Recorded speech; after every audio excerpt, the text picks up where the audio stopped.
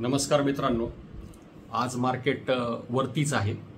25,000च्या वरती राहण्यामध्ये मार्केट यशस्वी होताना आपल्याला दिसत आहे. मागच्या 4-5 दिवसापासून सातत्याने तेजीचा ट्रेंड आपल्याला दिसतो आहे.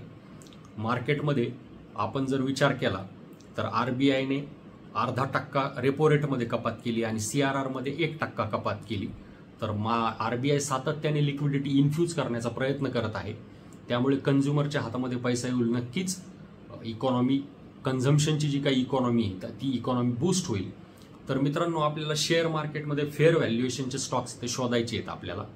आणि तज्ज्ञांच्या म्हणण्यानुसार आपला निफ्टी इथून देखील पुढच्या 4-5 वर्षामध्ये दुप्पट होऊ शकतो.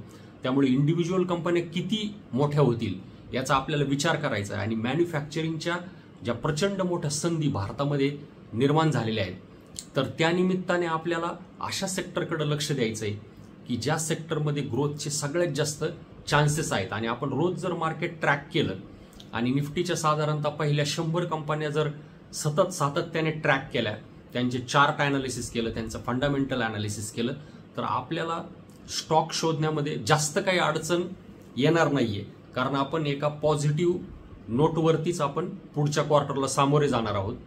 या क्वार्टरचे जर रिझल्ट पाहिले तर ते मिक्स होते. फार काही जास्त चांगले नव्हते, फार काही खराब नव्हते. त्यामुळे लो बेसवरती आपण पुढच्या क्वार्टरला जात आहोत. त्यामुळे आपल्याला निश्चितच फेअर व्हॅल्युएशन्सच्या कंपन्या या मार्केटमध्ये शोधायला फारशी काही अडचण येणार नाहीये. मान्सूनची सुरुवात देखील धडाक्यात झालेली आहे मित्रांनो. त्यामुळे या मार्केटमध्ये आपल्याला इन्व्हेस्टेड राहायचंय. आणि आपल्याला इंडिव्हिज्युअल स्टॉक सिलेक्शन जरी जमलं नाही तर नक्कीच आपल्याला म्युच्युअल फंडमध्ये इन्व्हेस्टेड राहायचंय. आणि म्युच्युअल फंडमध्ये आपल्याला लॉंग टर्म व्ह्यू घेऊन चालायचंय. तरच आपल्याला कंपाऊंडिंगचा खरा बेनिफिट आपल्याला इथे मिळू शकतो मित्रांनो. तुर्तास इथेच थांबूया. धन्यवाद.